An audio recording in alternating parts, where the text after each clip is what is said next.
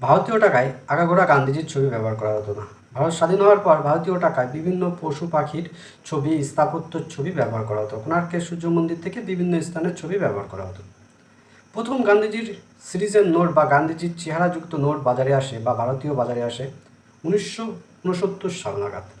এই সময় গান্ধীজির 100 বছর স্মৃতি উপলক্ষে গান্ধীজির চেহারা বিশিষ্ট বেশ কয়েকটি নোট বাজারে ছাড়া হয়ে থাকে।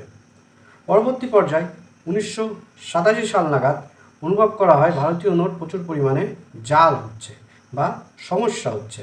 সেই কারণে একটি স্থায়ী সমাধানের জন্য বিভিন্ন দেশের নোটে যেরকম কোনো ব্যক্তির ছবি ব্যবহার করা হয়, যেমন বাংলাদেশের শেখ মুজিবর, পাকিস্তানের জিন্নার ছবি ব্যবহার করা হয়, ঠিক সেই রকমভাবেই ভারতীয় নোটে গান্ধীজির ছবি ব্যবহার করার সিদ্ধান্ত নেওয়া হয় 1987 সাল নাগাদ। এবং 1996 সাল নাগাদ গান্ধীজি সিরিজের নোট বা গান্ধীজির চেহারাযুক্ত নোট পাকাপাকিভাবে বাজারে